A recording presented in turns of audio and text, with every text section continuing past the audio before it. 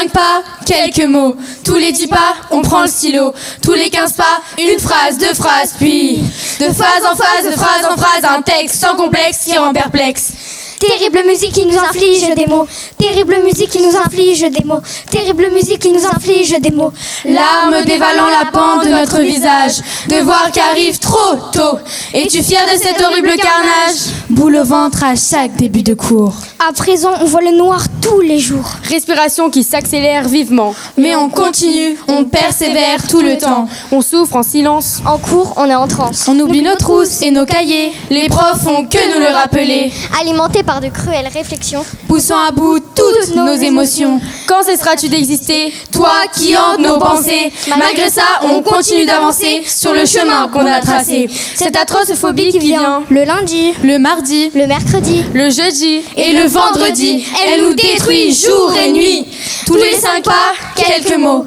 Tous les 10 pas, on prend le stylo. Tous les 15 pas, une phrase, 2 phrases, puis de phase en phase, de phrase en phrase, un texte sans complexe qui rend perplexe. On a tellement envie d'apprendre et de découvrir. Mais ton cadre nous fait souffrir. On reste comme un feu qui continue de briller, malgré la pluie qui ne cesse de tomber. Devoir nous rendus, sentiment de stupidité. Il faudrait qu'on se tue pour tout arrêter. Mais on ne le fait pas, car notre famille et nos amis sont là. Alors on va travailler pour réussir l'année. Malgré les difficultés, on se bat dans ce dangereux combat qui nous ronge jour et nuit, nous détruit, nous ennuie. Il y a aussi de bons moments. Partagés avec nos amis, on prend sur nous et laissons le temps de s'enrichir et de comprendre la vie.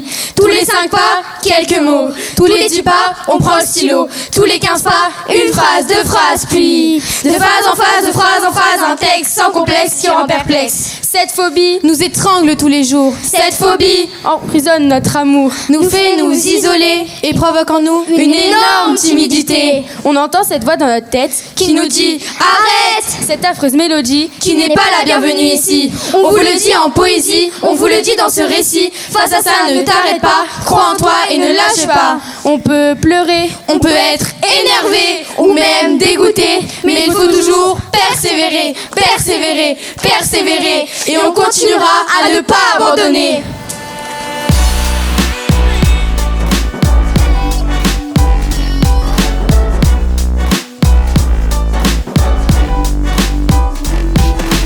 Bah, c'était bien.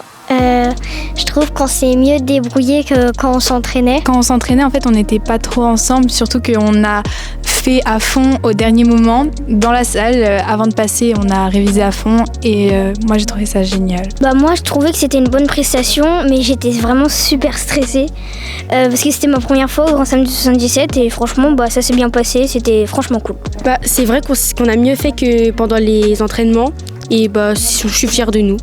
Bah, déjà, il y avait plus d'espace, donc pour nos gestes, c'était un peu mieux.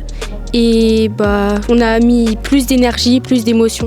Ouais, c'est ça. En fait, je pense que quand on fait dans notre coin, on fait pour nous, alors que quand on est passé devant le public, bah, on a voulu tout donner pour essayer de remporter. Bah, en fait, je sais pas, mais devant d'autres personnes, t'as plus l'impression qu'on t'écoute ou...